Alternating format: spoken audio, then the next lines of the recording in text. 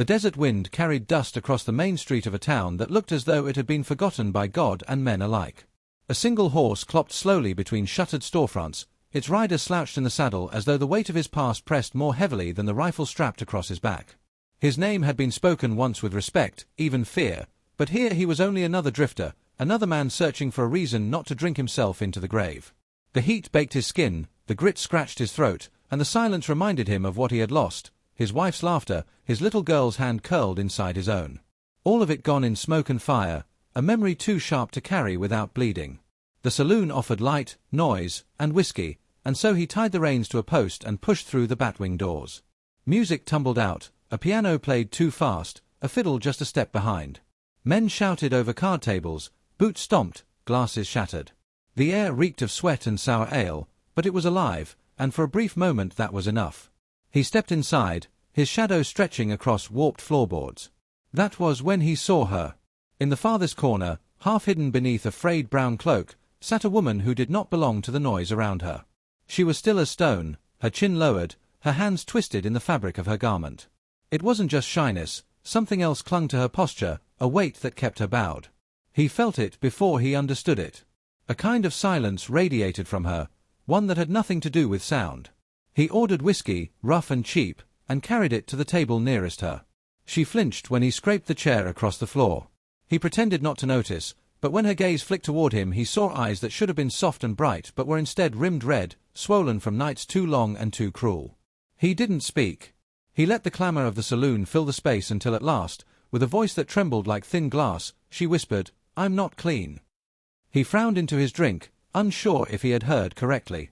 When he raised his head, she was staring at him, as though daring him to flinch. Before he could ask, the doors behind them banged open. A group of men swaggered in, faces hard, guns heavy on their hips. The air shifted, laughter grew thin. They were not locals, and the way their eyes cut through the crowd made everyone shrink back. One of them spotted her immediately and grinned with a mouthful of gold teeth. "Well, well," he drawled, pointing straight at her. "Look what's crawled out from the dirt." Her hand darted to the edge of her cloak, pulling it tighter. The rider saw fear flash across her eyes, a fear that stirred something bitter in his gut. He rose slowly, placing his glass on the table without looking away from the men. They moved toward her, boots thudding heavy against wood. The pianist faltered, the fiddle went silent. Chairs scraped as men retreated from the tables, unwilling to be caught between bullets and bad intentions. The gold-toothed man reached for her shoulder. That was his mistake. The rider's fist struck his jaw like a hammer. The outlaw stumbled back, cursing, blood at the corner of his mouth. In the instant of shock, the saloon erupted. Guns leapt from holsters, bottles shattered, women screamed. The rider moved fast, faster than he had in years. A chair splintered across one outlaw's back, another man's pistol was twisted from his hand before he could fire. The smell of gunpowder filled the room as shots cracked and ricocheted against the bar. She crouched low, eyes wide, as the stranger fought with the desperation of a man who no longer cared if he lived. Tables overturned, lamps crashed, and the saloon became a storm of fists and bullets. The rider drove his elbow into one man's throat, pivoted, and sent another sprawling into the piano. Notes clanged sour and discordant before the strings snapped under the weight of a body. In the chaos, the rider glimpsed her cloak slip. Just for a breath. Something beneath the fabric, something marked, ruined, caught the dim lamplight, and his heart lurched. He almost faltered, but instinct pulled him forward again, knocking another outlaw into the wall. By the time the dust cleared, two men lay groaning on the floor, one stumbled bleeding toward the door, and the others retreated with curses spat over their shoulders. The room slowly exhaled. Patrons crept from corners, whispering, glancing between the rider and the cloaked woman. He reached down, offering her his hand. She hesitated, then let him pull her to her feet. Her grip was surprisingly strong. They slipped out into the night, the air cool against the sweat on his brow. The street lay quiet, shadows stretching long. He led her to his horse, untied the reins, and waited for her to speak. Instead, she touched his arm, her fingers trembling yet insistent. Her voice was scarcely louder than before, but each word carved itself into him. "If you knew the truth, you wouldn't ride with me." Then she dropped her gaze, the cloak shrouding her once more, leaving him with the echo of her warning and the sudden certainty that his life had just turned onto a road he could not walk away from. The desert was endless. By dawn they had left the town behind, and only the crunch of hooves against gravel marked their passage. The rider guided his horse along a narrow trail cut into the sand, while the woman sat rigid behind him, cloak drawn close, as though the rising sun itself might strip away her secrecy. He had not asked her name. She had not offered it. The silence between them grew heavy, yet neither broke it. He glanced at her from the corner of his eye once they stopped for water at a dry creek bed. Her hands shook as she cupped water to her lips, though her expression remained stubbornly composed. He wanted to ask what she meant the night before, when she warned him he would leave if he knew the truth. But the question stuck in his throat, choked by the memory of what he thought he had seen under her cloth. A flash of scar, or a brand, or perhaps the trick of a shadow. Whatever it was, it unsettled him, and he knew if he pressed too soon she would close tighter than a steel trap. So he made a different choice. While she drank, he muttered, "You ride like a sack of beans tied sideways. Nearly lost you twice already." For the first time since meeting her, he heard the soft, startled sound of a laugh. It vanished quickly, but he caught the faintest curve at the corner of her lips before she masked it. That was enough. It told him there was still a part of her unbroken, even if buried deep. They traveled through canyons striped red and gold, where hawks wheeled above and shadows lengthened in the heat. At night they camped by small fires, careful to keep the flames low. She always sat close to the light, as though afraid of what might lurk just outside it. He, on the other hand, sat with his back to the dark, watching the horizon, rifle resting across his knees. On the second night, words spilled into the silence without planning. He told her about the fire, how raiders had come through his homestead, how he'd fought but failed, how he carried the smell of burning wood and hair in his lungs ever since. He did not name his wife or daughter, because naming them might break him, but he spoke enough for her to understand the weight he bore. She listened without interruption, only the flames dancing in her eyes. When he finished, she drew her cloak tighter, voice almost lost in the crackle of the fire. "They branded me." The words dropped heavy, final. She did not explain who they were, nor did she show him the mark, but he understood enough. He nodded slowly, refusing to flinch. A scar doesn't make a soul dirty. Her gaze snapped up, sharp, almost angry. "You don't know what it means." "No," he admitted, staring into the fire. "But I know what it is to carry something you can't wash away." The conversation ended there, but something shifted. The silence between them softened, no longer only a wall but a fragile bridge. By the third day the land grew harsher. Rocks jutted like broken teeth, and the wind carried the metallic tang of impending storm. They pressed on, though unease crawled under his skin. The trail was too exposed, too easy for eyes to watch from above. He adjusted his rifle more than once, scanning ridgelines. When the ambush came, it was sudden. A shot cracked against the rocks, shattering the quiet.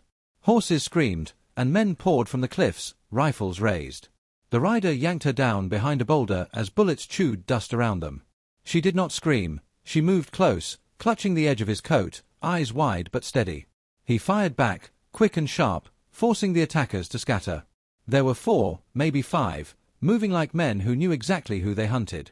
One shouted her name, though the wind carried it away before he could hear it clearly. She flinched, confirming what he already suspected: they were not after him. They wanted her.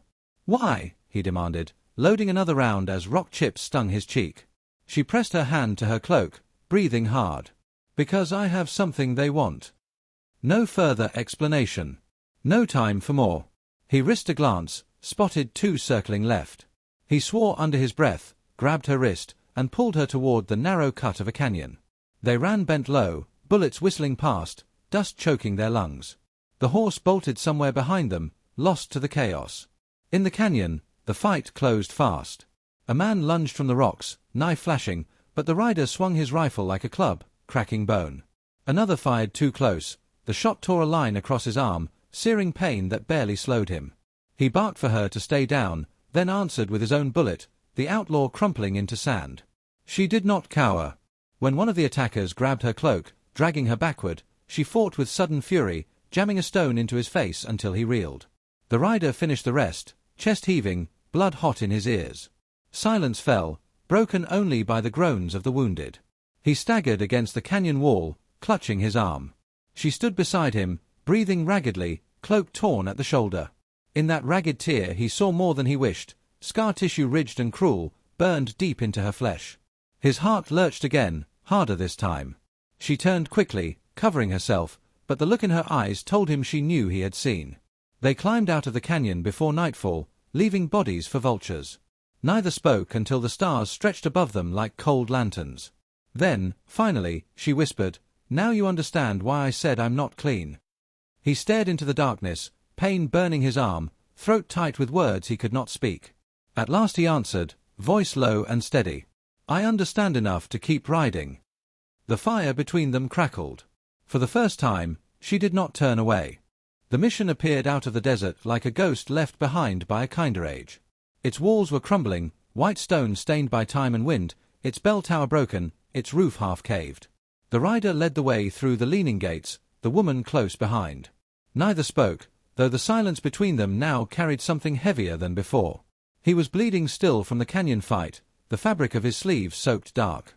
She had tried to bind it as they walked, her hands steady despite the tremor in her breath, but the wound throbbed with every movement.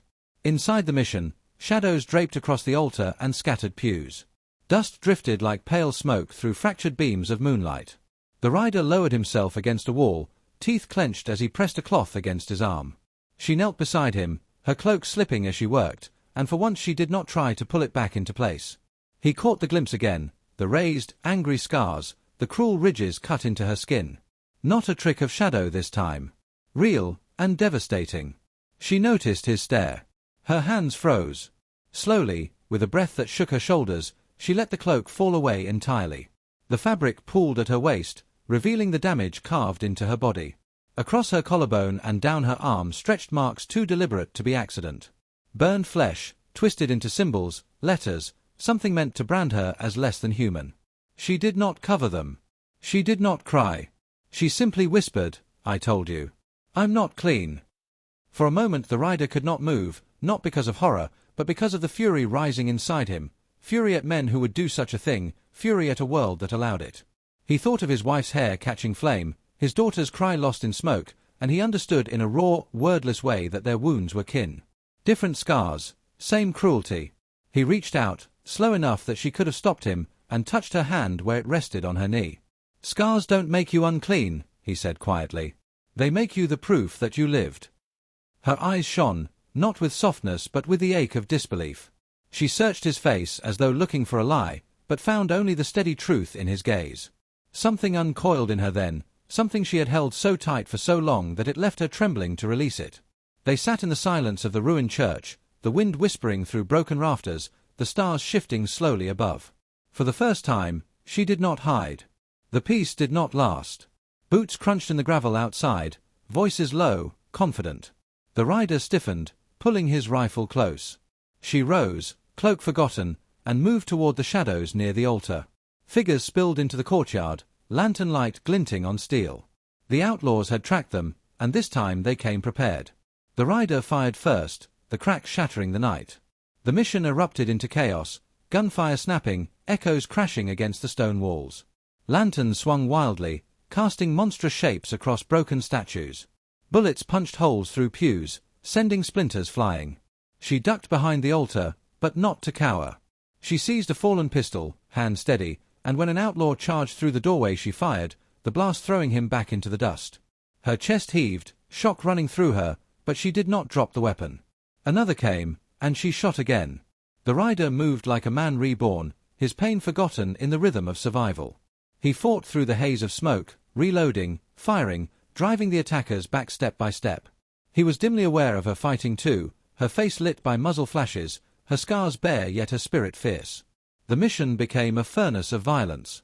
A lantern shattered, fire spilling across the floor, licking at old wood.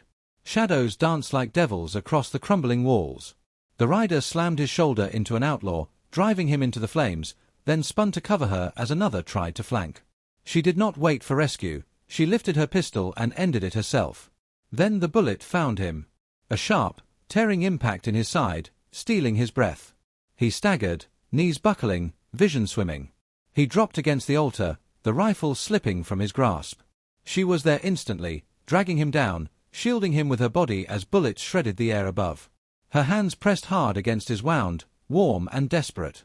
He tried to speak, but blood clogged his throat. She shook her head, fierce. "Don't you dare," she hissed, voice breaking. The outlaws hesitated at the doorway, smoke choking the air, fire spreading. They muttered to one another, then pulled back, leaving the mission burning, confident the flames would finish what their bullets had begun. When silence returned, broken only by the crackle of fire and the rider's ragged breaths, she cradled his head against her lap. For the first time since he had met her, she did not whisper. She spoke with a voice full of steel and grief. "You saved me when you shouldn't have. Now I'll save you, even if it kills me." He looked up at her through the blur of pain, saw her scars bared in the firelight, and thought she looked nothing like ruin. She looked like defiance carved into flesh. Then darkness swept over him, and the last thing he felt was a hand gripping his, strong, unyielding, refusing to let go. Dawn bled slowly across the desert, pale light spilling over the ruins of the mission. Smoke drifted upward from the blackened rafters, carrying with it the stench of char and gunpowder. He woke to pain. His side burned, each breath shallow, but he was alive. She had kept him that way, her cloak torn into strips, her hands red from holding him together through the night. When his eyes opened, hers were already on him, steady and unflinching. She did not smile. She simply said, "They'll be back. With more." He tried to rise, but the wound dragged him down again. Frustration darkened his face, yet she placed a hand against his chest, firm but gentle. "You're no good to me dead." The words carried no softness, only certainty, as if she had already decided the road ahead and nothing would turn her from it. By midday the dust announced them. A line of riders cut across the horizon, the outlaws returning with fresh guns, their leader at the front. He was taller than the rest, his hat pulled low, his coat marked with the arrogance of power. Even at a distance, she stiffened when she saw him. Her scars seemed to burn anew, and he knew without asking, this was the man who had branded her, the one who had tried to bury her beneath shame. They had little cover left. The mission was gutted, its walls brittle and half collapsed. He gritted his teeth, forcing himself to stand despite the fire in his ribs. She tried to protest, but he shook his head. "I've run from too much already. Not this." When the riders drew near, the leader called out, his voice booming across the courtyard. "Girl, you think you can hide? You're marked. You'll always be marked." His laughter rolled, cruel and sure of victory. She stepped forward before the rider could answer, cloak gone, scars exposed in the harsh light of day. Her voice carried, clear and unwavering. "You think this mark means you own me, but all it proves is that I survived you." The word struck harder than any bullet. Even the outlaws shifted uneasily at her defiance. The leader's grin twisted to a snarl, and he lifted his hand. The attack came like a storm. Gunfire tore through the courtyard. The rider and the woman fought side by side, moving as though they had trained together all their lives. She fired with unflinching aim, dropping one after another, her body lit by flashes of powder. He covered her, his rifle steady despite the pain tearing him apart. When his strength faltered, her voice steadied him, sharp commands pulling him back into the fight. The battle raged in dust and smoke. Bullets chewed the stone, kicked up sand, ripped through air. Men shouted, cursed, died. The rider felt himself weaken, his wound bleeding anew, yet he pressed forward, driven not by survival but by something deeper, by the sight of her standing tall with her scars bared, unbroken. At last, only the leader remained. He dismounted slowly, drawing his revolver with deliberate calm.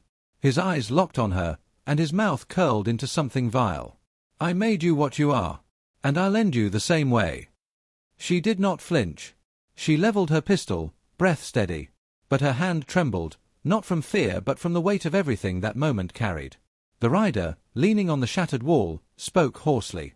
"He doesn't get to decide how this ends. You do." The leader raised his gun. For a heartbeat the desert seemed to hold its breath. Then her shot rang out. It struck true, dropping him where he stood. The echo rolled across the sands until nothing was left but silence. She lowered the pistol slowly, chest heaving.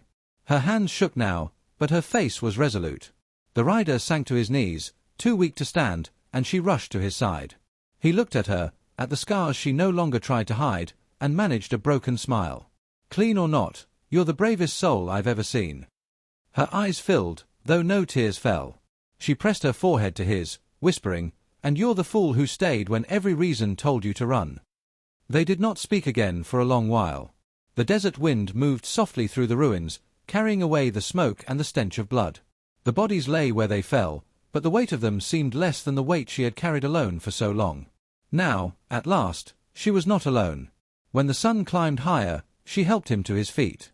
Every step was agony, but together they crossed the courtyard and mounted his horse. The world stretched wide before them. The road ahead promised no peace, no certainty, only the unknown. Yet neither looked back. As the horizon swallowed them, his voice lingered in her ear, low and tired but steady. Scars don't mark the end. They mark the fight that's still left in us.